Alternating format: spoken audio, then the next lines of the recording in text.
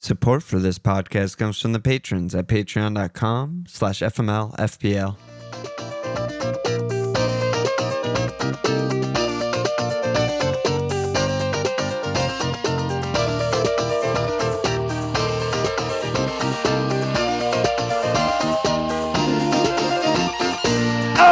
Okay! Welcome to FML Beyond Milan.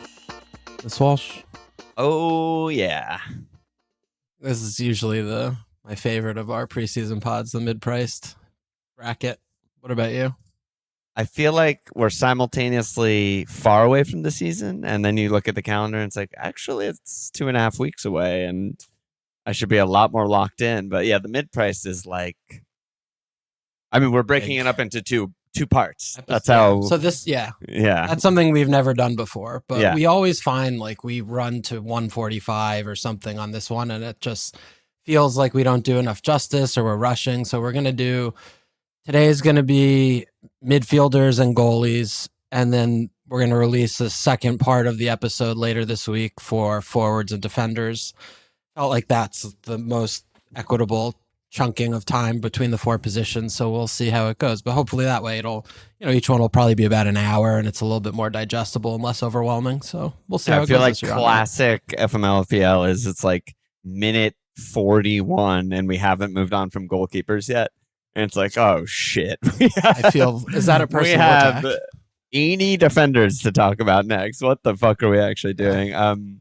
Before we move on and dive in, just plugging the Patreon, plugging the discount until the start of the season, 25% off annual, all that shit. Thank you everyone for liking, subscribing, YouTube. Keep that up. We got a bunch of new people who are just like, just heard you for the first time, YouTube, blah, blah, blah.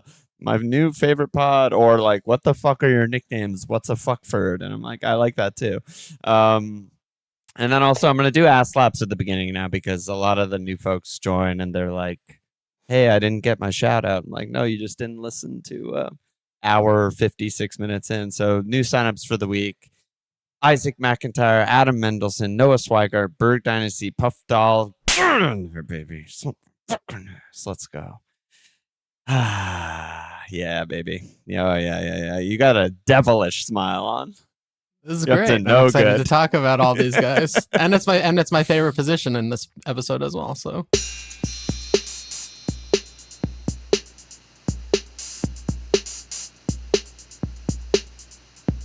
I think we're starting with the 5-0 goalkeepers. No, we can't start with goalkeepers. But Come on. you set It's it up. insane. Your favorite It's position. insane. What are we talking about? Yeah. I'm just tantalizing you. I'm tickling your taint. Okay. So we got 7-5 to 6-5, right? We're doing for mids. Yep, mids and forwards, we kept it the same, just to basically group the attackers, I think, loosely. Yeah. All right, so 7-5 mids. Let's get straight in. We got Rice, Krupi, who I guess we don't have to spend too much time talking about. Rest in peace, Krupi. Fucking hell, that's so sad. Yeah, he's gone for a while. So he's just completely fucked. That'll trickle downstream when we talk about the other Bournemouth players. But Rice, I mean, 7-5. They're getting it seems like Bruno G is going to be announced over the line in the form of an Orn bomb at any minute. Yeah. Is there any attraction with Rice this year for you? No. I mean, you're looking at someone who starts at 6'5", and he obviously way outperformed 6'5". He ended the season at 7-2 last year. He had 184 points. He played every game. He had 4 goals, 9 assists. They scored 20 fucking corner goals, yada, yada, yada. I struggle to see big upside here. I struggle to see him just turning 4 goals into 8 and turning 9 assists into 13 and DEFCONing more and playing more. He's kind of hurt all World Cup and yada, yada, yada. I just am like, I don't know. He's an incredible player. They're the best team in the league. Yada, yada, yada, all that shit. I just struggle to see, 184 is his floor and he's going up from there. Like, I don't really believe that to be true. There's obviously not some higher ground of level he's going to really be able to hit. Like the last 3 seasons, he had 4 goals, 9 assists, 4 goals, 7 assists, 7 goals, 9 assists. Yeah. I mean, that feels like, a pretty good sample size of, kind of average it all together as, that's what, they score a million corner goals. It's not like that's not sustainable. I mean, they always do. So, Well, I mean, at this, if they re-ref it, then, cut it in half. We cannot predict something like that happening right now. Like, Yeah, I think all we have to go off of is like, that will be similar. Yeah. So I don't know. I mean, I wouldn't say like 184 is his floor. Yeah. But I don't think that's like, oh, he's not going to do that again. I mean, so it's kind of a hard one for me because he's not fun, obviously.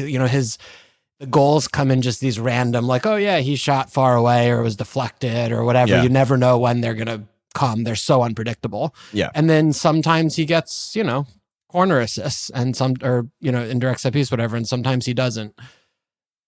7.5. I mean, I'm not going to have him in my team, obviously. I'm not some sadistic masochist. And also, I mean, I think there is a reliable factor to him where it's just like, then you get all the little clean sheet points add up. Like, he's going to get some assists. He's going to be good on bones. He's going to get def cons. Like, he's going to get points again. So I think it's still a pick, actually. Yeah.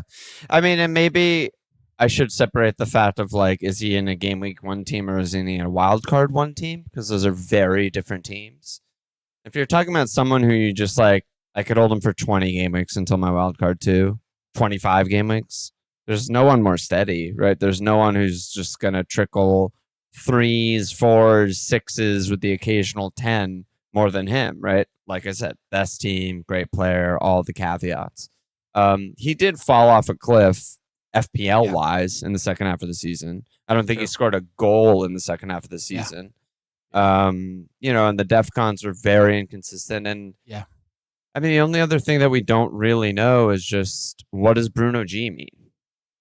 Does that mean Rice doesn't have to play 90 minutes in 38 games? Maybe. Does he need to play, in between 2 Champions League fixtures? Does he need to play like home hole? Like, no, they have Zubi, they have Marino, they have Odegaard Eze, they're getting Bruno G. Like, it's a lot of guys. That's a good point. Yeah. Yeah, so could see more rest for him this year for sure. Yeah, and he's super, super fucking steady. I just feel like also you can, well, maybe this is like false hope from the EDOT of last year, but I do feel like you can find maybe a 160 to 170 guy who's 5'5" to 6, who just def cons on a bad team and plays 38 games, and it's like, that's not that much less points, and it allows you to go from a mid-price to a premium in another spot or something like that. For sure. Same shit as last year, kind of. Just being like, I don't know, and watch him score 190 this year. And I mean, jokes on me. An 11 pointer home Coventry game week 1. Oh my god, nail it to a post. So, all right, Rice. Like, I mean, very unfashionable, not fun, but he's still gonna tick. I do like, just from like a little bit of a concern perspective, like, I do wonder a little bit about the injury stuff, because like groins, knee shit doesn't just like go away. He obviously was hurt the entire World Cup. He couldn't really play 90, missed a couple games, I think. Got subbed in all the games, I think. And, they're on track for 5,000 more minutes, and he's probably not going to play that. So I don't know what it means. That's fair. Yeah. Rodgers at 7.5. I mean, another player I think that I've seen in almost no teams, and he'll probably just get a lot of points this year, right? Like, he's just going to get a lot of points. Yeah, he's just a great pick. He's a great player. I think a big recurring theme for this episode, and maybe all the preseason episodes, because there's so much manager turnover, way more than we're used to, is just like, well, I don't really know what his role's going to be. I don't really know where he's going to play, yada, yada, yada. But he's going to fucking start. Like, there's no doubt about that. They broke the bank for him. And he will trickle points. Is that going to be 5 goals or 12 goals? Don't know. Is it going to be 7 assists or 12 assists? I mean, don't know. It's not going to be 5. I don't know where that came from. Could be 5. 5? Yeah, why not? Dude, he's going to be playing an attacking role for the whole year, playing 1 game a week. I mean, on a team that should be top 5 in the league goals. But he went for like the best player on the team to the definitely not even close to best player on the team, you know? So yeah, I don't know. Okay, I'm just saying he has a wide range, but all of it ends in like 160 to 180 points. You know, that's kind of just his sweet spot. So, and he's a fitness machine. He should play every game. Yeah, I mean, of these players, you know, that we're discussing today, like he's the one, or in this 7-5, he's the only one that doesn't play twice a week since Krupi's also playing twice a week. So yeah. And, you know, I mean, take that for what it's worth. I'm just kind of putting it in context with the 7-5 assets. And I mean, he doesn't have avenues necessarily. And also, you know, he's just quality. Like I feel like he's another guy that's just going to be very under-owned this season through and through, where we're going to be talking ourselves into other players and he's just going to be really good. Yeah. And like pens are that kind of thing where we tend to like stretch for comparing like Palmer and Rodgers, right? But like, there's no guarantee they win 6 pens. They could win 3 pens. And then it's like, why am I paying $2 million extra for 2 guys who play loosely the same position anyway? I mean, you say you haven't seen him in teams. He is the second highest owned in this price bracket, second highest owned midfielder in the game now. Yeah, I mean, he's in my team. I think it just auto picks. Like, I think the auto pick percentage is still really high right now. Yeah, that's probably it's August 3rd, but you know, we'll have to see. But yeah, I really like Rodgers this year a lot. I mean, I think there's like a lot of players in this vein that have no avenues that just feel really good to me still. Yeah. And it's like, you know, like you said, it's always hard to actually put them in your team over, you know, pens or something like that. And I think there's something to be said about that. And the other thing with Rodgers is just, you know, usually, so he was 5 million in his debut season. He got 161 points. Insane. He got a 2 million price hike. And then he basically equaled the season. He got 169, basically the same amount of points. Yeah. He only goes up 0.5, even though, it just doesn't seem like it's not enough. His price is scaling with his, you know, sort of the outlook of him as a player and a prospect. You know, he's still very young. Just got his big move. It's sort of, and you know, he finished crazy over his XG. Is he going to do that again? I don't know. Whatever. But well, his XG is going to go up. That's what's going to change. Maybe he's not playing for a fucking terrorist anymore. You know, I mean, he's playing. Maybe.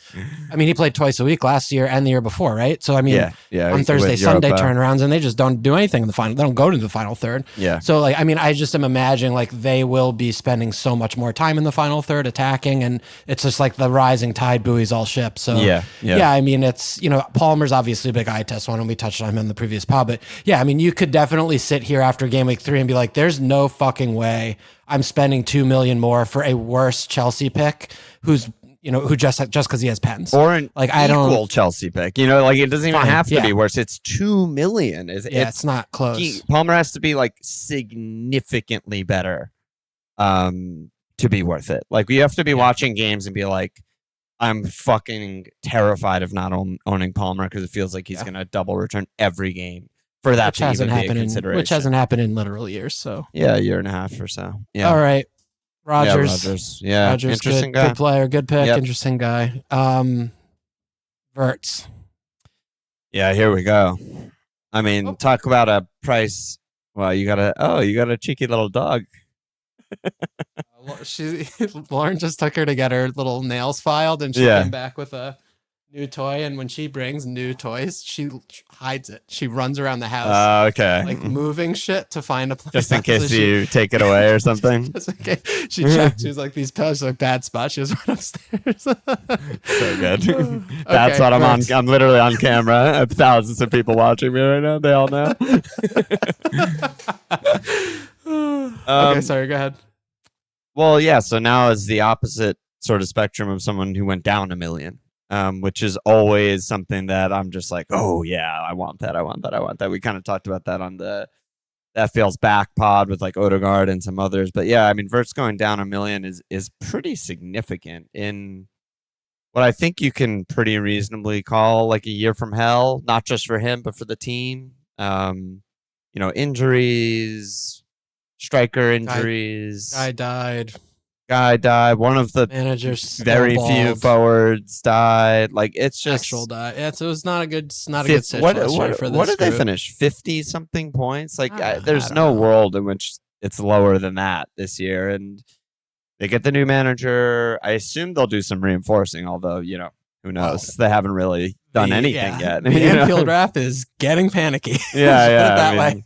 They just need as some they play warm 12-year-olds fucking at center bodies. back every week. Literally every game. At the same time, I mean, I think if you go back to Wirtz's season, it's a pretty interesting one from an FPL perspective. I mean, you and I are like two of the only people that I saw in all of our Discord who profited from his run of like 3 double-digit returns in 5 weeks or whenever that was in the middle of the season. Because he had literally like a week or a month and a half where he was good, and he was horrible for every other minute of the season for FPL last year. Yeah, so he had, let me see, it was game week 18. He went 10, like 3, 10, something. 3, 10 to 12. Do you know why we 10? He just gets 10s. That's our spirit animal. So I look back. So first 13 game weeks of the season, he had 0 goals, 0 assists, wasn't really even putting up good numbers, getting no points at all. Like just a complete joke. He got dropped some games, everything. But then game weeks 14 through 35, the majority of the season, especially when you account for games he missed with injuries and whatever. I mean, he was just like a 5-point per game player. He was like averaging basically a 200-point season for 21 game weeks of the season. And I don't think I would have guessed that. I'm certain that most people listening wouldn't have guessed that because it just felt like a lost season. There's no picks on the team. Everyone's blanking. They're losing every week. And yet somehow he just trickled in with like every single time he got a return, he got like 2 or 3 bones. He's just an absolute monster on bonus points. And he'll probably be even better on bonus points this year because of the dribble shit, because he loses the ball a lot with dribbling. I think there's something there. Honestly, I think the fixtures to start are good.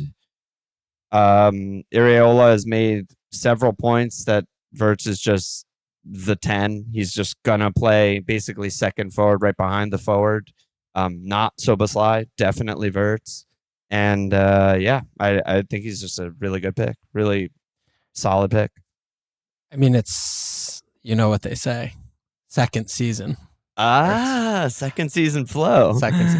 I'm absolutely rock hard erect for him this year. Me too. I think he's one of the like nailed players in my team, one of very few right now in my head. I mean, I still haven't clicked any of the buttons to manufacture the team, but I mean, he's just going to be playing out of position, basically. I mean, he's going to be playing the same groupie role last year. Like he's just playing off Isak striker, basically second striker. I mean, we'll have to see how the bonus points shake out, because if he's doing a lot less midfielding stuff and he's going to be the receiver and not the passer, it might be a little bit less. But I mean, at 7.5, I think people we just have such short memories. I think the price is ridiculous. I think he's just mispriced. He should be A5. Yeah. You just look at his his career before he came over, and he just gets double-digit assists and goals every year, and he's a fitness monster. And as long as he stays fit, and it's a little bit sketch because I think it's also very highly correlated to Isak staying fit, because if Isak gets hurt, this could be a real big problem, because they do not have another competent forward where this would work. But if you have both of these players, and Isak's going to be rested and his minutes are going to be managed a lot more than I imagine Wirtz's will be, because Wirtz is a normal fitness monster and Isak's made out of glass. But as long as those two players are fit, I think Wirtz is just a fucking lock for double-digit assists and goals plus this year. Like, he's the kind of player I think could finish like 220. And I just be like, of course he's did all this shit, because he's fucking one of the best players in the world, and he's priced at 7.5. It's a joke. 7.5 is an actual joke. That's the thing. It's like I think they do mostly a good job with pricing. But we were just talking about Rodgers, right?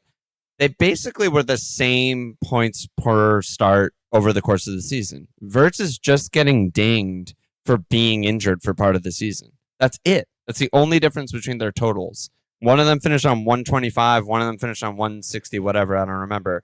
But they were averaging the same points. And it just seems like they're going up on Rodgers and they take a big chunk out of the worst possible Wirtz season. I think it's like pretty fair to say that's like worst possible. Like, what are you, 5 goals, 4 he assists, didn't do anything. and missed 1,000 minutes. A month and a half or something. And they had no forwards for 2 of those months. And it's like...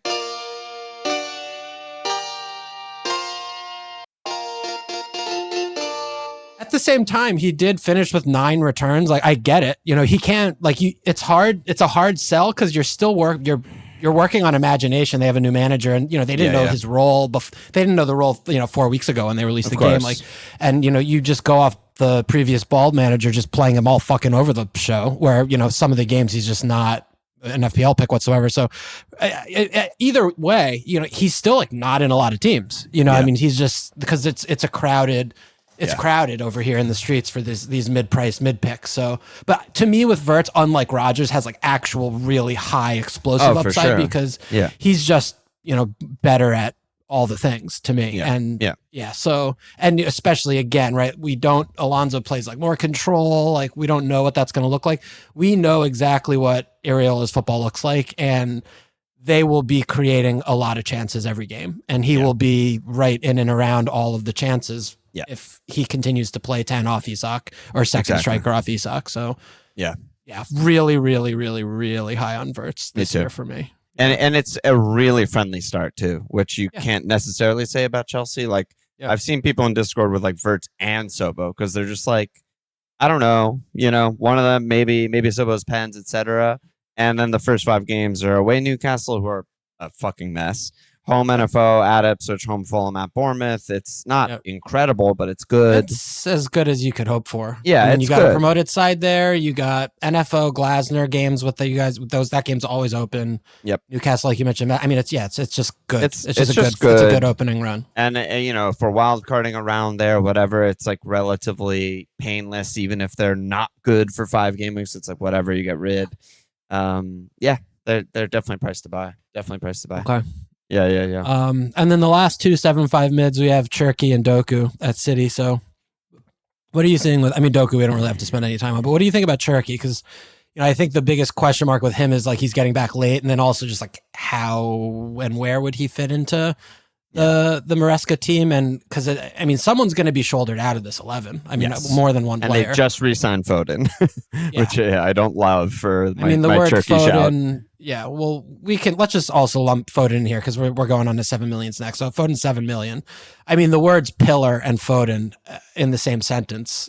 I mean, it's got to have us excited, right? Yeah, and then you know, it's maybe this is like a price bias thing or just a very recency bias with Semenyo because he was so good last year. But it is a new manager. But fuck Semenyo. The big assumption is just Semenyo's just nailed. But who knows what Maresca's thinking? I don't fucking know what he's thinking. He cares a lot more about like meaningless defensive possession than Pep does. So maybe Semenyo's not the best for that. You know, he was kind of best in chaos, not in that. So I mean, yeah, Cherki. I feel like I said everything I need to say in the, you know, FPL's back episode. Where it's like I can see a world where Maresca shows up.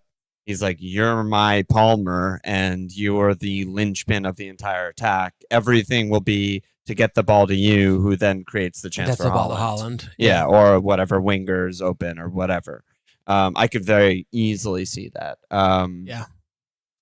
Foden is like one of the trickiest players to evaluate in the last decade because what's his best position? Maybe ever. It's still ever basically unknown, you know? Yeah. He played like fucking 8 games last year and scored double-digit points in all of them. And it's like, what is this? And then he got benched for the next 4 months. 2 months. Yeah, and I don't know what to make of that. His position is just player. Yeah, it's just guy. Right? Non-defender. Yeah, Non-defending player. Certainly not defending. Will get shots and goals if you want shots and goals.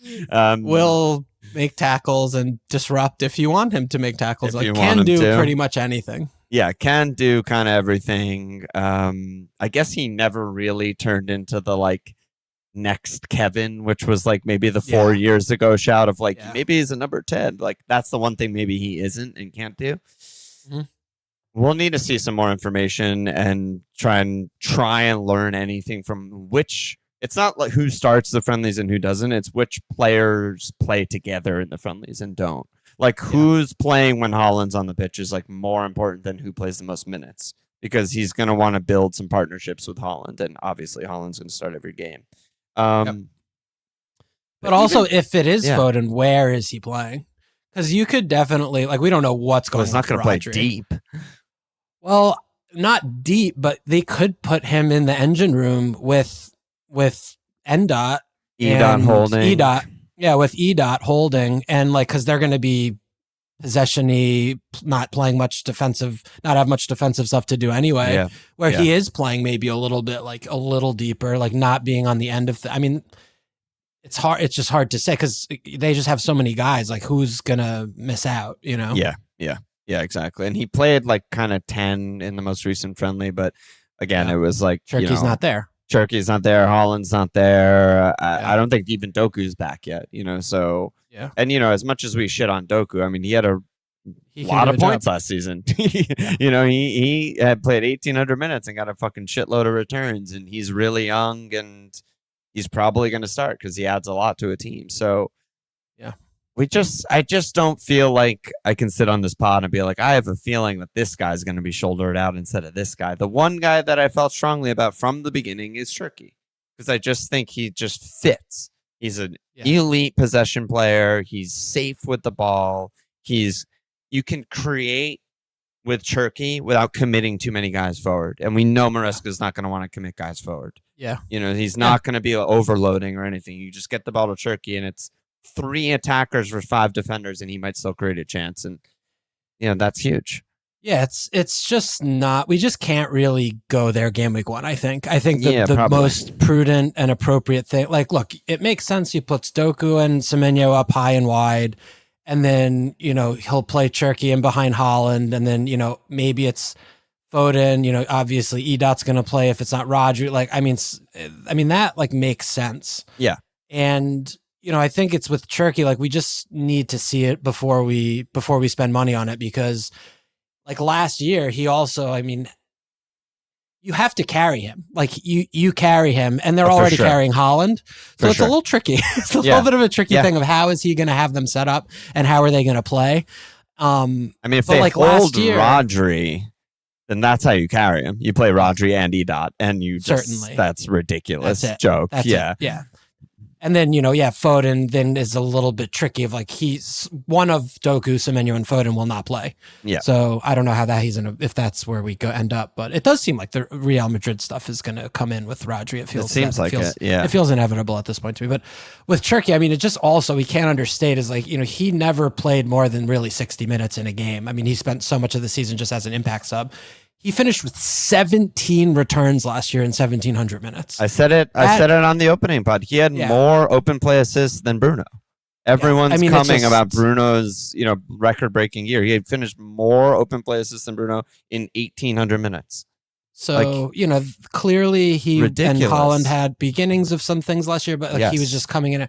So if he's like, oh, I'm just going to play you, 80 plus and you're going to be one of the last subs, or you just play 90, that's something that would definitely move the needle. But Cherki still feels to me more like you need to be monitoring. And same with Foden. Like, as much as it's nice to see like Vard and Foden and Haaland are pillars of it's like, relax. Like you could tell anybody, any agent that to get them to sign a new deal. Yeah. When the chips are on the table, like who's playing where, like we just don't really know. So I think it's one where like obviously priced to buy. Like Cherki and Foden are very much as much as Semenyo is priced to not buy. Cherki and Foden are very priced to buy, but it's just seems you got to monitor game week 1 and not go there. Yeah, and I keep bringing up points per start. I just think it's like a decent way of sort of comparing these players. And even with Cherki's, sub on, sub off minutes, whatever, points per start, 5.8. It's a 220 finish. Yeah, that's like Palmer dreams of 5.8. And he's a 7.5 mid. Yeah. I feel like he also left a lot of points on the table, Cherki. Like there were a lot of his chances I felt like he was creating that weren't being finished. And he had some good shot opportunities. I feel like that he wasn't finishing. Like it's just, we just have no idea where he can really go. Like he's, I think, like the most variant almost of this of the whole position in midfield because totally. Yeah. And he could I mean, there is no higher variance. He could legitimately never be a pick the entire season. Yeah, for sure. And he could be the best pick in the game. There's no one else who can be that, really. Yeah. All right, what else we got here in the 7 million bracket? We got Enzo. Anything with Enzo for you? Not really. No, not really. No. I mean, we don't know. Also, if he's seems like he's going to leave, right? I don't know. That seems like it's gone quiet. Really? Okay. Yeah, I have a feeling they're going to keep him because they do not have a very stocked, and they let Santos go. Yeah, I mean, and Lavia's like counting on Joe Gomez. I mean, he doesn't even exist. But dude, they got Hendo.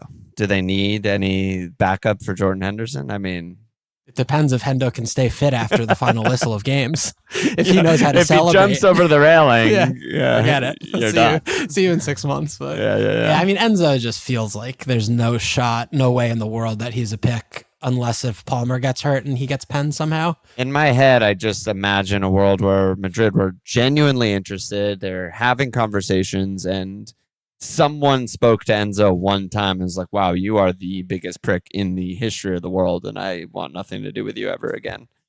That's possible. Seems believable to me, and I'm sticking to it. Yep. Okay. There's not many 7 millions, right? I mean, we got Gak and Sob. Gak and Sob Sob back on your team. Yeah. So I mean, the chatter around Gakpo leaving seems to be. I don't think it's real. I don't think it's real. Falsehoods. I mean, I would believe it if Liverpool had any squad depth whatsoever, and they don't.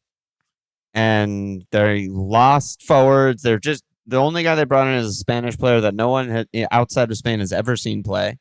And he's the guy they brought in for like Mo's minutes, I'm sure, whatever that means. And they can't really afford to just let Gakpo go. It's not a one in, one out situation, basically. Like, I think they need multiple guys to cover multiple minutes, especially with Ekitike essentially out till February and Isak can't play more than 2,000 minutes. It's just, I don't see a world where they're just like, yeah, we're fine. We can let him go. We're not going to need many minutes from him. So I don't really believe it. But that said, he's also not really a pick because sucks. Our manager, no, he's actually good, but our manager's not Dutch, so he's not nailed.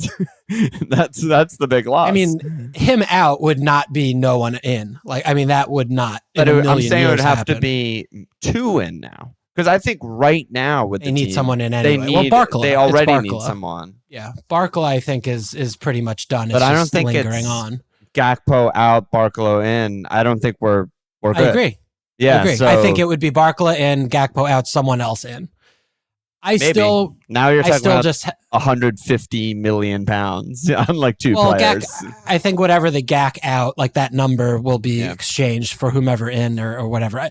Either way, I mean, Gak is clearly not the FPL pick or player that we should be spending time talking about. But Sobo, I mean, it's really the pens, right? Like, I mean, him being a pick is entirely pen pilled because if he's going to be playing deeper, I think it's a little more. He's going to be playing pens. deeper. It's risky, right?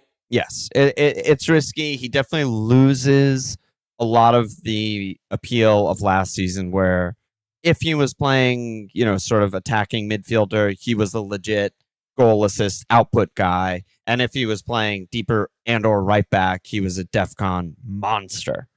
That said, new manager, DEFCON farming legend Iraola. I mean, Scott was a DEFCON machine. Yeah, but he's 7. So, I mean, we can't. Yeah, I know. So the pens obviously are like the deciding factor of like, is he an incredible pick or a maybe pick? Which is like, I think where we are now. If he has pens, he's an unbelievable pick with the floor of DEFCONs. And not only that, the set pieces. The set pieces is what he really gets. Yeah, but I think without pens, I don't think he's like completely like nuked as a pick. I just think it'll be maybe more, run of fixtures here, floor guy, etc. I mean, Scott literally DEFCON'd in 43% of the games he played. Yeah. I mean, so if we're talking about Sobo roughly hitting that while starting every game and set pieces, even without pens, I think he'll get points. Yeah, I feel like he's almost then similar to like a Rice type pick where it's just, very unexciting and like meat and potatoes. And like, do you want to spend 7 on that when we're talking about all these other, like, obviously more fun guys, Yeah, for sure. But like he's cheaper than Rice, and he's, always outscored Rice. He's got like an insane shot. Well, he also has the flexibility that he can play some number of minutes in some games up forward more. And if they need a goal, game state, he's pushing forward, not Gravenberg. So I just, the only reason I'm throwing this out there is I think a little perversion by me, because I kind of hope like we don't know if he's on pens or not, which means no one has him in the team. And I'm still sitting there being like, but he's still a good pick. Like he still could just like get points and I wouldn't be surprised at all. Like he could just get like 2 assists and a goal and 2 DEFCON games in the first 5. And I'm like, sure. Seems really believable. So good pick. Good pick. Yeah. And it's, it's August 3rd. So we got a couple more weeks. Like we'll see if we get any pen when they're on the pitch together in a preseason game or anything comes out or something. Hopefully we do. But we need that. Especially, it's obviously it's the 3rd, but especially if like Barcola comes in, they should win a lot of pens. Of the teams in the league. The dribbly boys. The pace and dribbling and Rio, like they have a lot of guys that are really hard to deal with, and they should be spending a lot of time in the box. I mean, just like thinking about it, Bournemouth, like they got, Evan falls down all the time. It's a little bit maybe need Evan Nielsen. Disingenuous. Forget if they got him, but it's interesting with Sobo. It's just, he has a lot of avenues, and even without pen, so we'll have to see. Yeah, Liverpool won 1 pen last year, so good. Or sorry, scored 1 pen. I don't know. Remember how many they won? Maybe 2. I think Mo missed 1, and so that going up would be beneficial for sure. Yeah. Well, the bald man prevented it from all. This fucking Barcola, Diamande, Vinny bullshit that's going on. Bullshit. It's just like, I don't know if any of it's gonna happen. Like, are all these teams really just swapping 100 to 200 million pound players? Like, why not? I just want something to start happening, though. Start happening instead of just fucking shit. Fabrizio. He's on a plane. Like, fuck me. Yeah, they're all in the Maldives right now, just in their little hut in the middle of the water, like snorkeling and having sex. Yes. Yeah. I don't know. I mean, the biggest one is, when is Carl Rushworth going to come over the line? But we can wait with bated breath for that one. Yes, and we will. But yeah, I mean, the drag out nature of it's just so annoying. Yeah, it's really annoying. All right, so let's see. We got Bruno G7, nothing to talk about there. Rashford 7, nothing to talk about there. And then that drops us down to the 6-5 bracket, of which there are many players. What's going on with Rashford? Is he staying? He's just going to stay and compete for like left wing, play some minutes here, play some minutes there. I mean, they played 40 games last year. They're at least going to play, 50 something this year. I mean, it's not the worst thing to keep him. I don't know. Rashford's done it before.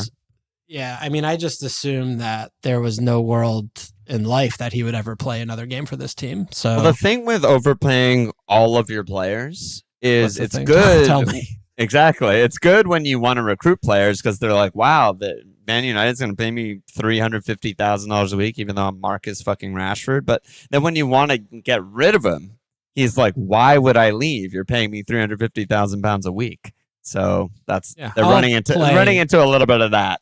Yeah, it's like, I'll play anywhere you'd like as long as my contract doesn't change in any way, shape, or form. The one that I signed. Sorry, we can't do that.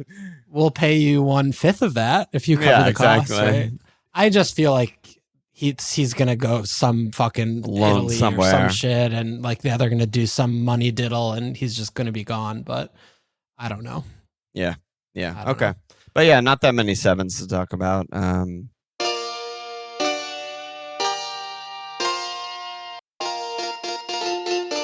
right, 6-5. So guys. Arsenal. Guys. They've got Eze, Odegaard, I don't have to talk about Matawaki, Martinelli, and former Norwich legend Tzolis are all 6'5".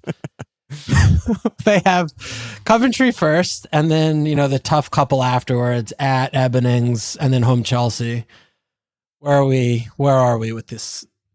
All these cheap guys. Well, speaking of really cheap guys, the transfer saga nightmare hellscape that we're in. I mean, we might have to at some point talk about Tzolis. If they don't get Vinny or whatever, let's talk about him right now. Then he might just be their best left winger. I mean, he's currently their best left winger. It's like him or Eze, and it's definitely not Martinelli or Madueke or whatever. Trossard's gone, so and there's a chance. Why? Why not? He put up like comparable or better numbers than Trossard did when he was playing in Belgium. He's young. He's athletic. Like he's their best left winger. He could play. So I'm interested. I think, the main thing, and obviously I haven't watched him play, no, but how is his defensive work rate? Like how quickly can he do what is required defensively for our title? Like I think that's probably the biggest question to, or that's the gatekeeper for his minutes. Cause like Eze, I think just is not a left winger. Like he just can't.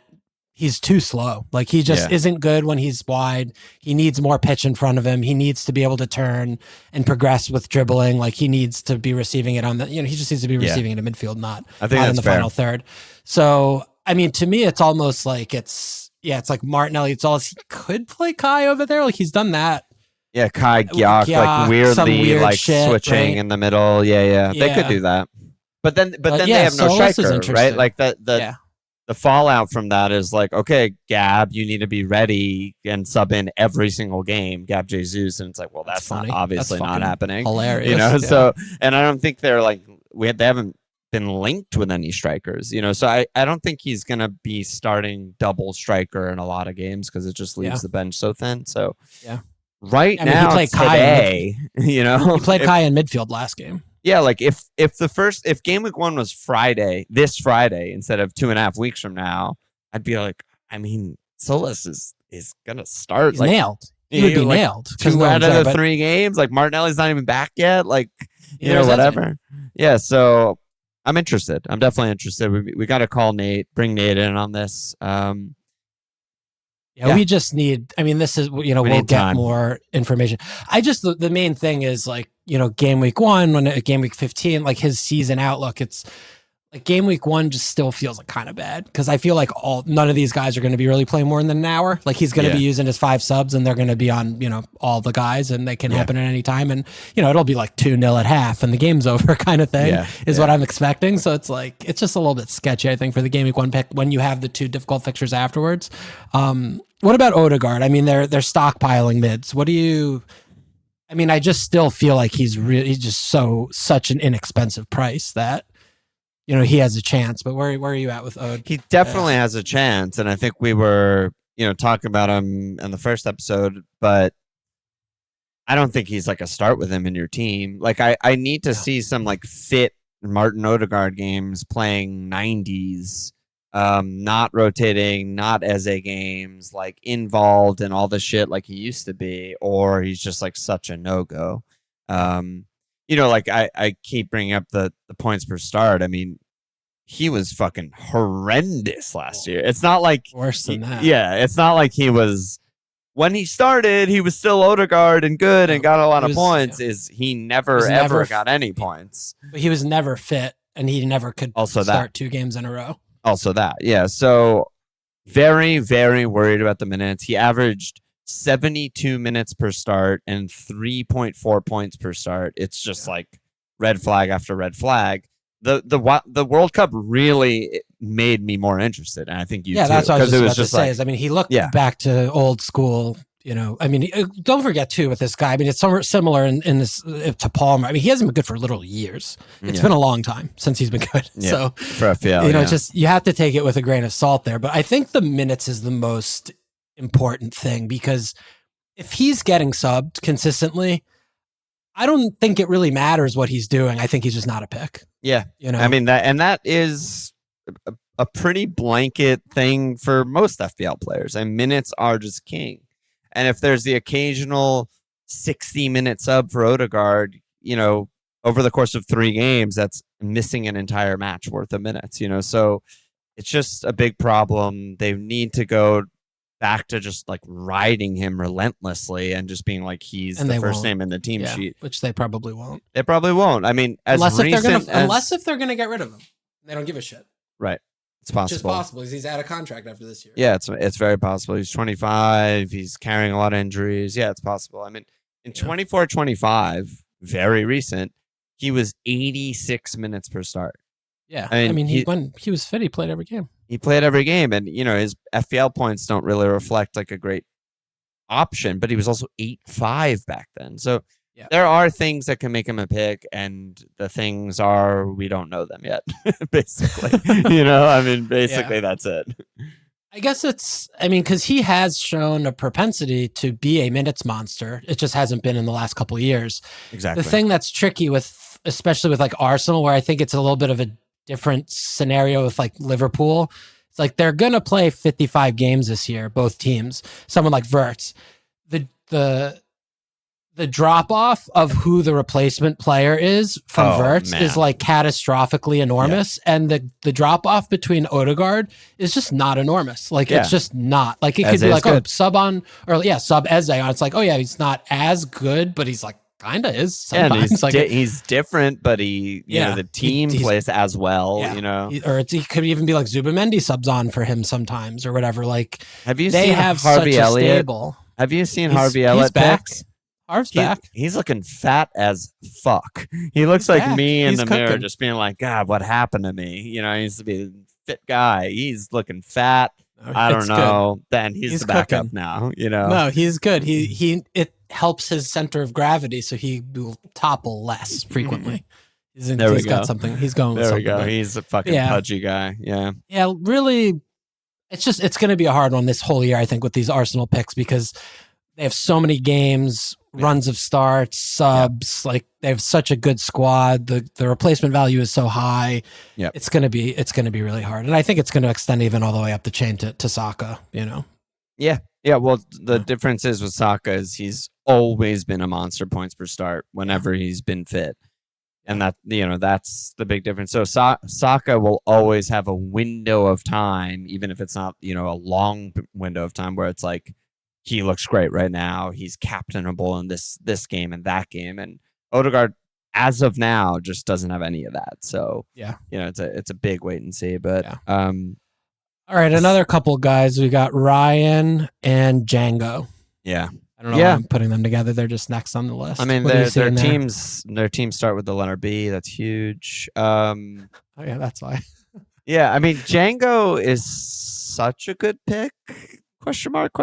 It's funny that it's funny how like we're both low on a team like a Brentford, but we're also both high on a pick on that team. Like there's some dissonance there, and I don't know what to do with it. But like again, points per start, 5.2 for Dango. Good.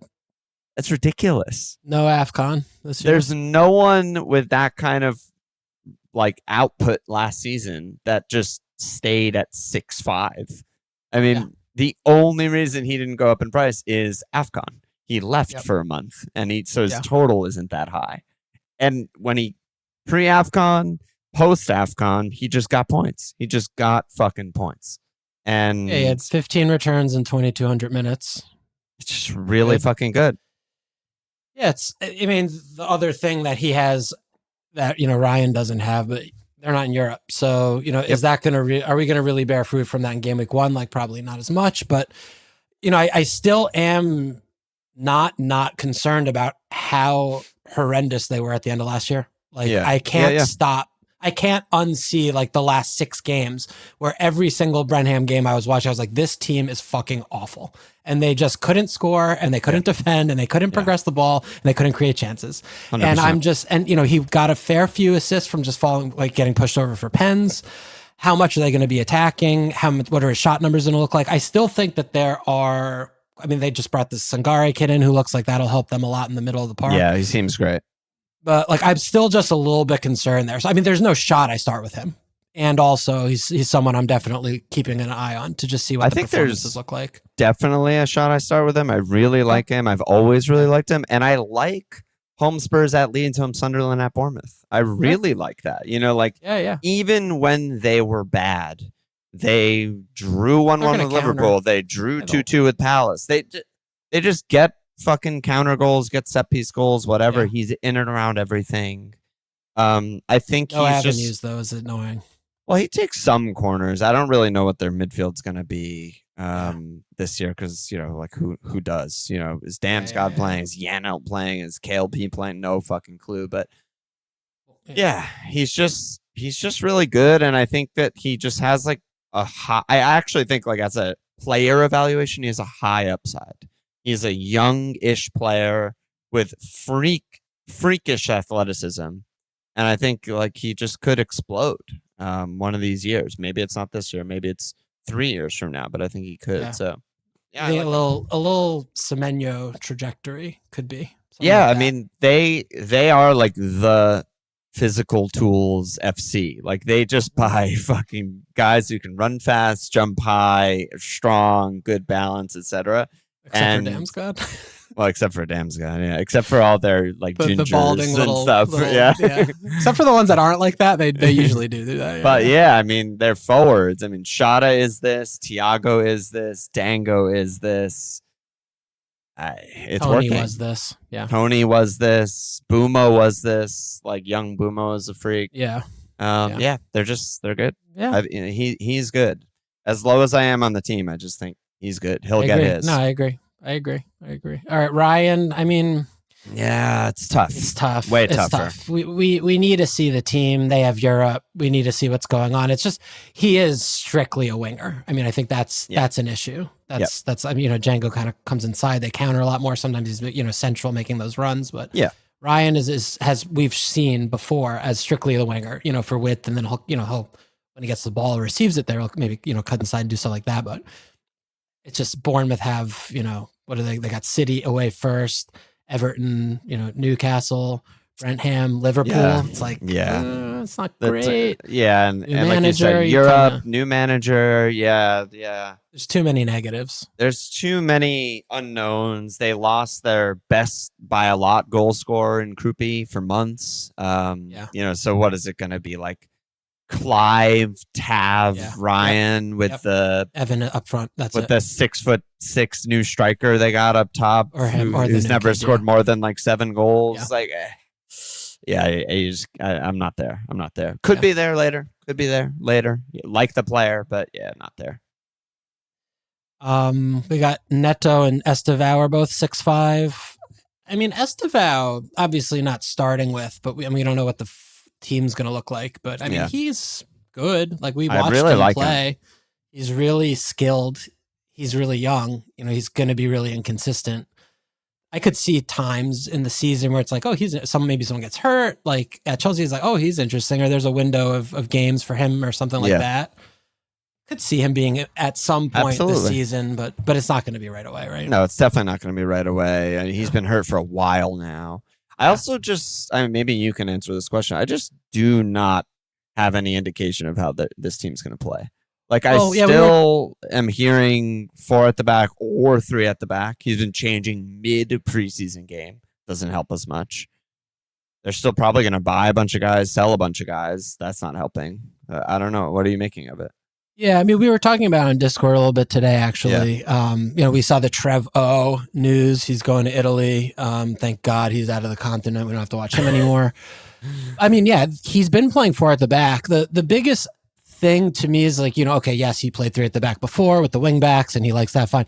They really just don't have the team to play 3 at the back like consistently. It's like, this is our formation, because if you're playing 3 at the back, that would basically mean he has to play Enzo next to Caicedo. And I think that's a problem, because otherwise he's not going to be able to play, right? Like if he's playing 3 at the back, that is what he would have to do. I just don't think that balance works at all. I think they have a great team for it, and that's good balance. The problem is they don't have depth for that. They only have one wing. Yeah, I mean, they only have one wing back. Yes. But I just think that you're putting Enzo in a position that he's just really bad at, and then Caicedo has to do for the season. That just doesn't feel like a long-term sustainable thing. I mean, sure, if Lavia is actually fit and then you're happy enough to sit one of Enzo or Rogers because one of them won't be able to play in 3 at the back with, Pedro up top and Palmer's obviously going to play all the games. Then I'm like, that doesn't make sense either. Like you're sitting one of your 100 million pound players, which is ridiculous to me. I mean, maybe Bundesliga watchers will be able to correct me, but as far as I've heard and read about it, the way that Leverkusen played was basically 4 center mids, 2 deep and 2 forward, like 2 10s and 2 deep. And the 2 10s were Wirtz and Hoffman, and the 2 deep guys were Xhaka, and I'm blanking on the other guy. And I think that is really insane on paper if it's Caicedo, Enzo, Rogers, and Palmer. He played 0 wingers. It was just those guys with a striker in front of all of them, and then 3 center backs. By the way, they have 12 center backs on their FPL page, so fucking good luck figuring that out other than Lacroix.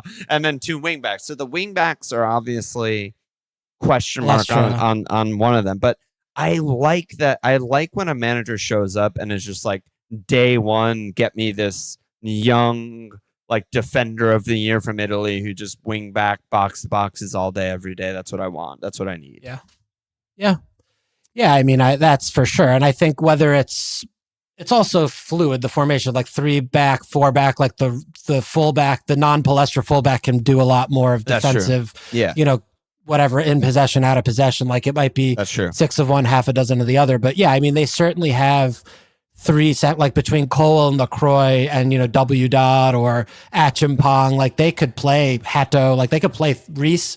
They could play 3 guys there. Yeah. I mean, either way, it's like it's just the balance. Like it's just getting the balance right. Yeah. We brought this up with the idea of Neto and Estêvão. It's like, well, if they play how I just described, then neither of them are basically ever getting into the team unless one of them plays wing back, which I guess Neto probably could do fine. Sure, he could. Yeah, and Estêvão will just be a for sure backup 10/9. Like he'll just be a weird flex backup guy, which also is probably fine. He's off injury, he's 18, whatever, probably fine. But yeah, the balance is weird for me just depth-wise because they let Santos go for an insignificant amount of money, really, for like someone they probably need. And yeah, like you said, their only backup, like on paper, deep mid is fucking Lavia, who hasn't played more than like 1,000 minutes a year, total last 2 seasons combined. Yeah. To me, though, it's like it just makes so much sense with their personnel when they're fully fit. It's like Lavia and Caicedo 2, Rogers, Enzo, Palmer 3, Ladger up top. Like that just feels very clean. Like everyone's playing in their best position, and you're in good shape there. But you're talking about the 2-2-1 little diddle. Like you can mix and match, and depending on opposition and the quality of like do different things. But yeah, I don't know. That's a little Chelsea. A little bit of Chelsea foray. Yeah, and we'll talk more about the defenders, next in part 2. But as far as like Neto, Estêvão not starting with them, Enzo definitely not starting with them. We'll see. They're gonna be fascinating. So Sarr, some links for him going away. Don't know what's going on with that. Yeah, Fenerbahce, right? I saw that. Yeah, I mean, you can always see a Saudi, swoop in for anyone like this. This is like in the Saudi kind of, I think, realm. But yeah, he's 6'5". Like the biggest issue here is that Mateta is still there, so he's not on pens. Like if Mateta went and he was going to be on pens, you feel good there. That's a really good pick. Yep. He'll still have a pen share because Mateta's going to get subbed every game. If presuming Mateta stays, will be winning the pens that Mateta takes also. Yeah, usually he would do that. It's just tough with us, with Europe. New manager, we don't have a really good start. We've got, these kind of tough away games. We have Ipswich home game week 4, and then we have City game week 2. And he's not back still. Or I think he just came back. I think like 15 minutes last game or something. Okay, yeah. It's hard to see him elbowing his way into like a game week 1 team, but our team also is just kind of a disaster right now. We're doing but we brought in like a backup defender. I don't know what we're doing in the market. Yeah, it's confusing, but I'm glad you brought up Mateta because I mean, even though forward is next part, I mean they're the same price on the same team competing for pens. It's very fucking relevant. the reason I wanted to talk about both of them together is like, so it's a new manager with presumably the same-ish system. Yep.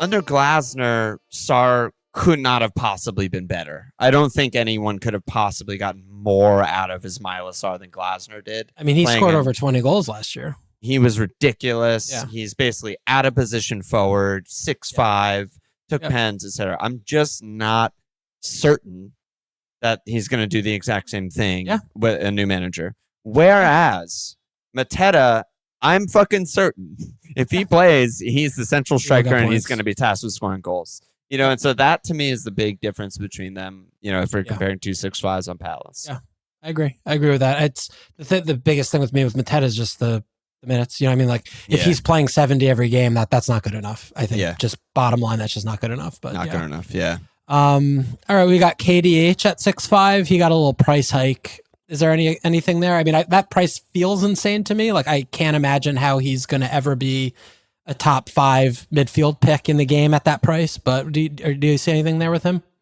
I think he's okay. You know, I don't throw him in the garbage at that price. I just think he's not like he's no longer like he's an enabler, stick him in, he's a fucking cheat code, which he really was last year. Yeah. 151 point finish is crazy for a 5 million. It was a 5 million. Yeah. But what's the upside? You know, he still plays for Everton. Are they going to score more goals? Is he going to get more DEFCON? I don't think either of those probably. That's the issue. Yeah, so he's fine, but he's in my garbage. I put him in my garbage in my house. Yeah. I mean, what I'm hoping is for like some of these guys that we're talking about is like by the time we wild card, they're 6-1. And then it's like, actually, that's low enough for me to just stick them in for 20 weeks because they're solid. Yeah. Okay. That's all I got. We got Hilson at Leeds this year. New spot, new scenery. Yeah, I'm interested. Yeah. He's never not returned goals and assists when fit. Yeah. Doesn't matter. It's good. He's just good. They're pretty good. I think it's a really, really good landing spot for him because it's a fairly similar to Milv's setup with Fulham where you have so many runners doing a lot of the work in the midfield where it really frees him up to just play, pushed up high really as a final third guy. And if he can have some understandings with DCL is just a really, really good target for him to be whipping crosses and aiming at. So if he can build and hold up, he can't really run in behind, but I think it's more of like, I think his assist numbers could look really nice if he's playing 90s, if he can develop understandings with some of the guys around him. I mean, Fark surprised us all by how much of a wonderful job he did last season. And he was great. He's just, I don't see why he would get worse. I mean, they have all these enormous units. Like he's going to be on set pieces, I presume, for like his at least the left one side, at least half of them, right? So, yeah. I mean, it's not very fashionable. I don't think. Like, I mean, I certainly haven't seen him in any teams, but they have a pretty good opener and opening run, and they do play 3 home games in the first 5. I mean, no promoted sides in there, but I think the biggest issue with him is that DCL is 0.5 cheaper, and like, who's getting 2 of them? I don't know, right? Like that's tricky because DCL's got pens, but he's definitely a pick. He's definitely a pick. I'm surprised after like that kind of season that he had last year that he's not more owned. Just people blankly just being like, I get dopamine when I put this guy in my team because he got me so many points last year and not just putting him in. I mean, if you just look at his like Premier League career, I mean, the championship, he went bananas. So don't even include that, but just Premier League. I mean, he's 0.57, almost 0.6 goals plus assists per 90. I mean, it's ridiculous. Good. It's insane. Good. It's just most years he doesn't play more than 1,100 minutes, so his totals are bad. But Don't play Burnley this year though. Yeah, that's tough. Yeah, I can't free hit him in against Burnley and get a 17 pointer or whatever. Yeah. But I mean, if you look at Leeds last year, I think the thing that stands out to me is just they had all these shitters who got like 2 to 2.5 shots per game and just basically scored no goals. I mean, Mecha, Aaronson. James, Okafor did score some goals. Aronson, like they had a lot of guys who kind of got the shot total that we'd be hoping Harry Wilson will get. And he's going to start when he's fit. I mean, he's by far their best goal scorer. Yeah, they're not paying him to sit on the bench. That's for sure. Yeah, he's like 29. It's like play now and lead the team in goals kind of signing. So I just think there's space in the team for him to take the shots that he wants to take. Like you said, they're good build up. They're good at winning the ball back, moving the ball up the pitch. They just didn't really have finishers last year, and he's a fucking great finisher. He's a great finisher. I like it. I actually like it. I like it more than his, like, what is he, 5% owned or something? 8.6% owned. It's basically no one. Teams. Yeah, basically none. Victor Munoz, your new little boy. Skip. Pass. Skip. We got some Man City picks. So we got to talk about EDOT. We only got a few more mids. I don't know. Maybe this was a bad idea because we're gonna have all these 3 hour. No, that's okay. Well, dude, there's only like five keepers or something at 5 million. So yeah. EDOT 6.5. Any interest there? Yeah, I mean, it was funny. We got got 2 questions, one from Zay and one from Mike, and one was basically like, "Why is anyone considering EDOT now that he's on Man City?" And the other one was like, "How is no one on EDOT? He's going to score 180 again," which is great. You know, you love it. You love to see it. You love to see that. Yeah. I mean, I just can't imagine a world where he's a pick this year. Actually. Yeah, I mean, we don't have a large sample size of this new DEFCON world that we live in, but from what we've seen, teams that just like completely dominate possession do not farm DEFCONs, the midfielders. And he played in an absolutely perfect scenario on a pretty bad Forest team where he was the guy who DEFCONed every single game, every minute, and corners and all the shit and blah, blah, blah. And he just won't have that. He's a great player. I think he's going to be fucking amazing. And also will probably never be in my FPL team. I mean, and also he should be on no set pieces. And that's a huge he's like the reason. 5th guy for set pieces on this team. Yeah. I mean, that's a huge reason why he got 5 assists last year. You know, I mean, he got a pen, he got a few open play goals, but like, to me, it would surprise me if he got more than like 4 attacking returns. Yeah. You know, I think I agree with that. I just don't see. I mean, he could get a few assists. I mean, Nunes got a bunch of assists from just making side passes at the edge of the area. I mean, he could luck his way into a few assists, but in terms of like creating chances and stuff, you know, I mean, he's just 6'5". Like it doesn't seem good. So I hope that a lot of people start with him. You know, people that aren't paying, like maybe are just like, oh yeah, he's going to just pick up right where he left off last year, and it's still only 6'5". So, but yeah, I imagine he's not gonna be too fruitful this year. Yeah, I agree. And, you know, Rodri, I think that the sort of like counter argument is like, well, Rodri got a lot of DEFCONs, and it's like, well, he's also the best midfielder in the world for the last decade. And, you know, it's a new manager, you know, it's a less up and down, as much as Pep is control, merchant, you know, whatever, keep guys back to defend. Maresca's doubling down on that, you know, so it's more possession, less turnovers, less opportunities to win the ball back, get recoveries, all that shit. So yeah, I'm with you. Yeah, we'll have to see. And then we get the incredible Spurs guys. The Spurs trio. We got Kudus, Matto, and Kulu, who apparently still. I don't know why he's in the game, but Matto. Same with Matto. He's still not fit. Like, what are we doing? How is he not fit for preseason? He did nothing for 3 months. Like, what the fuck is wrong with this guy? He subbed on, I think, once or twice under De Zerbi. He like subbed on for the last 9 minutes of a couple last games year or something. Yeah, and it was at the very end of the season. But I'm saying about preseason. Like, I mean, I'm still just seeing like, oh, we're managing. It's like, dude, what? No, what? He's completely done. As much as I like the majority of their moves in midfield and defense, and they need to make like 4 attacking signings. Like, their attack is comically bad. Spurs. It's a complete joke. I mean, they have no one.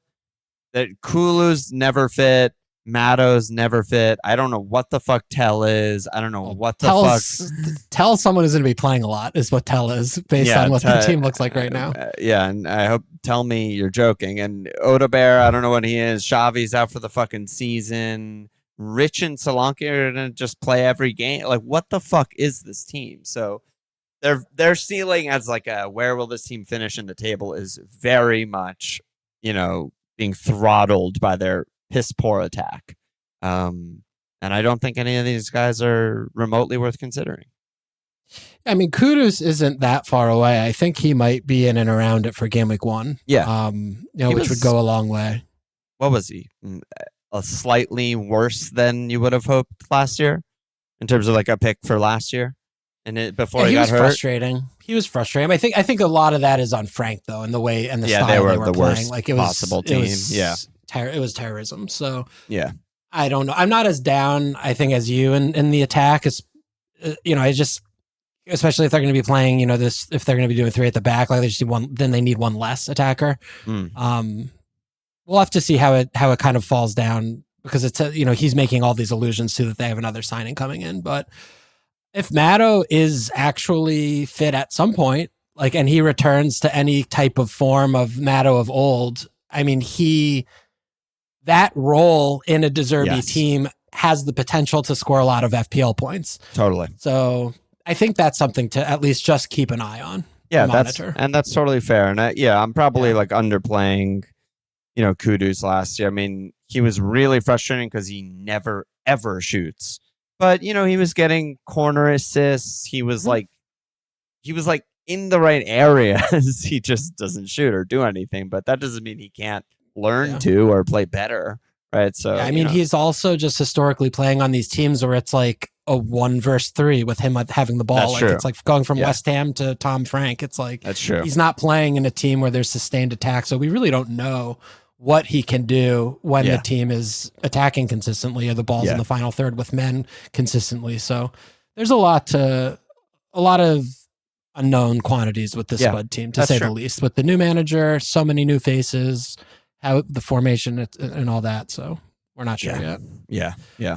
All right, let's pivot over to goalkeeper. So we're gonna do 5 million goalkeeper. What do you want to do here? 7 guys, I think. I mean, we should just at least touch on all of them. I mean, starting at Lamens seems pretty fair. He's very, very popular in the game right now because he should be. Because they're fixtures. They're at Hull, they're home Ipswich, they're at Everton. 3 fantastic clean sheet fixtures. He played really well last year. Yeah. They replenished their midfield pretty well. Yeah. Good pick, right? I mean, just pick. Good pick. Yeah. Yeah. Great pick. I mean, not maybe someone you want, I'm going to get Lamens and I'm going to, wild card really late. And this is going to be someone I hold for a long time until they go to Europe. First 3 game weeks, like you said, you expect 2 cleans in those first 3 games, I think. That's a reasonable expectation. And you cannot reasonably say that about any other team in the league. Not even Arsenal because of the fixtures. Arsenal could get 2, and you'd expect 1, I think, right? Yeah, probably. Yeah. So, it's just a good pick. It's just a really good pick. Their defenders game week 1, they're just all of their players game week 1 are you should have 3 Man United players in your team game week 1. If you don't, you're fucking doing something really nuts. So then I'm not going to be able to understand it. The defense wasn't good. I'm not going to sit here and pretend oh man, Carrick had them keeping cleans, preventing chances. Any of the above is just not true. You're just making that up. But they were okay. They were kind of like a mid-table-ish defense, and that's all you really need against these teams. The promoted sides and Everton who don't attack. Exactly. And the other thing with Lamens is I don't think maybe there was a pen against him last year. I don't really remember if there was one against him, but I looked back because I was looking at Keller. Maybe we'll talk about him next, but Keller saved fucking 3 pens last year. That's how he finished second keeper in the game. And I was like, pretty good. Man, maybe I should pay more attention to the keepers who are just beastly at pen. So I looked back at the other ones, and Lamens is third in his career in the league for penalty save percentage. He's faced 26 pens, saved 8 of them. Pretty 30% save. Ridiculous. Yeah, it's pretty good. Yeah, only guys who are better are Hendo and Trafford. So that's good. That's a way to get points that, is hard to sort of quantify, hard to plan for, but you love to see it. I am more than slightly aggrieved at how many 5 million goalkeepers there are and how few 4-5 there are. Like, it just feels like they shouldn't be pumping the prices on goalkeeper because of the low point ceiling. Like, it's just nuking a lot of picks to me. Well, the other thing that I think is doubly annoying on that, because I agree, is that I love what they did with the promoted sides and just made every single defender 4 million. 4 mil. Because they should be. Something. They should be. They 5 suck would be ass. Like, they suck. Terrible. They're the worst. They're usually never picks. You never want to start them. And the keepers should just be the same. The problem is the delta between a 4 million starting keeper on Hull and Lamens is going to be like 20 points at the end of the season, because that's just the way points are distributed for keepers. So that's, I guess, why they did it. But it's annoying. It's very annoying. No, it is. But yeah, Lamens, really good game week 1 pick. Great pick. I think then I mean, you wanted to mention Queeve, another 5 million guy. Yeah. We'll have at it. Well, I was just talking about the Penn stuff, and I had him for a very long stretch of last year. Their defense was a complete mess. They were very sloppy, very inconsistent, very bad, and he saved 3 fucking pens and got 3 massive hauls and finished number 2 in all the keepers. So picking guys who are good at saving pens, here's a lesson for everyone. It's good. It's good. It's great. It's good. Yeah, it's and good. Honestly, it's a very exciting FPL moment that's I think under talked about. Is when you my have the goalkeeper, you have the keeper, and the team concedes a pen. As long as you don't have the peneler as well, then you're in. Well, if you have the peneler, just go home. Yeah, turn your TV off. You made mistakes, but if you have the keeper, post, I'm like, oh my god, yes, I might get a 12-pointer here. Yeah, he hits the post. I'm fucking dead. I'm dead. Dead. Insta dead. But yeah, that's the only thing I wanted to say about him. But yeah, 5 million price tag for him. No, pass. Price tag. Yeah. No, it's a pass. Yeah, it's just a hard pass. I mean, I guess the other 5 million, like Bob Monsters 5, they just don't. They're not interested in having a good keeper. So this is the one they have. It's actually crazy. This is they're so annoying and stupid. Clear Lake fucking American motherfuckers, and this is the thing. This is really the thing where they're there's a huge inefficiency. We could have the worst keeper in the league, and we're totally fine. And I just don't agree. I don't agree. Yeah. But that said, he's there. I mean, of the teams that have 5 million goalkeepers, this would be my pick for the team that keeps the most clean sheets. For sure. There's as bad as I'm not sitting here. I'm going to have Bob Monster, but at 5, he's a pick again. He always is somehow. Where do you think he lies on my penalty save rankings of all keepers? Ass last. Third from last. Yeah. I mean, he's 17th. I mean, he can't save shots that are 18th, shot floated directly to him. Usually. He's in the relegation zone for penalty he's saves. One of the worst keepers in the league. He always is. And, the only 2 that are worse, kind of funny because maybe this is what Mark was looking at when they made these guys 4-5 and other guys 5 million. But it's Bart and Kinski are the only guys worse than Bob Sanchez on penalty record. Yeah. Hendo is the best in the entire league, by the way. I hate him so much. The literal best in the league. That's the only thing he's good at. He's a penalty god. Okay. I believe you, but I hate him so much. I feel like I've never seen him save a pen. Or if I can't remember it really, but he's done it a lot. Maybe there's something there. Maybe that's a big edge. That might be why the 4-5s are 4-5 and the 5s are 5. Yeah. Yeah. Well, but what about Rushworth? We don't have that pen data. I'm sure he saves them all. True. 100%. Yeah, probably. Best in the league. I'm going to look it up while we're talking. You bring up the next guy. Okay. So, I mean, Henderson 5, get out of my face. Yep. I think actual Trafflad is really, really interesting. You feel fucking bad. wish so badly that he was 4-5. So badly. Well, then there would be no goalkeeping position. He would be in every team. I'm true. glad he's 5. I think the bigger issue is that you're paying up for the clean sheet. What are you laughing at? Carl Rushworth faced 25 penalties. Saved one. Let's go. That's what you Worse than spent the 40 entire mil. league. Let's go. He's been saving him for the league. That's it. He's just Only been guy saving it. worse than Kinski who might play is Carl Rushworth. Let's go. Oh no. Easy. Okay, all that means is he's been working on it. He has a room to improve. Yes. It's gonna be fine. Yeah. Okay. He's due. He's due. He's due. It'll be fine. Yeah. But back on Traff, lad. Leeds are just a really good defense. Like when we've been talking about the teams that are not in Europe, that are not promoted. Like, you know, we previously were talking about Newcastle in this area. Now Newcastle look like they're just they hired some little boy from fucking Saudi Arabia to be in charge. They're selling all their players and they're bringing in all these 21-year-olds. So I don't know what the fuck. I don't even know who's going to play keeper. Also, they have 3 keepers now. Yeah, and they just don't. Who knows what's going on in Newcastle? But like, you know, we know the Everton stuff. Like they're going to probably do the same shit they always do with Buoys, but the keeper's 5'5". So, I mean, it's. I think he's sorry, not Lamas. I'm having a stroke over here. Yeah, like Trafford's just interesting. Like he's interesting. Like he could just be really good, and that's going to be a good team defense. So, you know, I think he's also a name to consider in the 5 million goalkeeper bracket if you're going to go there for sure. And then there's this is a trend that I'm going to have to keep bringing this up. But Trafford, number 2, just behind Dean Hendo in pen save percentage. Yeah. Hello. Yeah. I Love mean, that. And the thing too with that's like, you can talk and posit about like what is 0.5 worth at this position. The difference between a goalkeeper saving 2 or 3 pens to a goalkeeper saving 0 pens is like 20 points. It's crazy. So it's literally about 20 points. Like you're assuming you're getting minimum 7 points per pen save. Usually you're getting 8.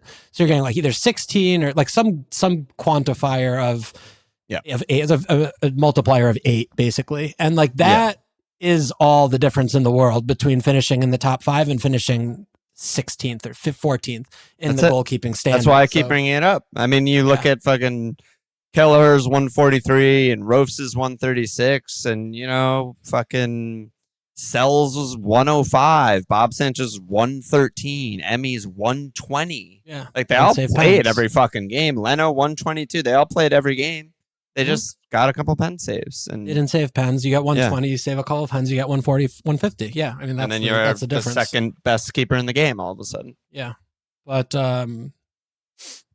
yeah, I mean, then there's Sells. Like, he's a pick. I mean, they're basically going to be the same exact defense as we were when we didn't have Europe, and the personnel is all really good.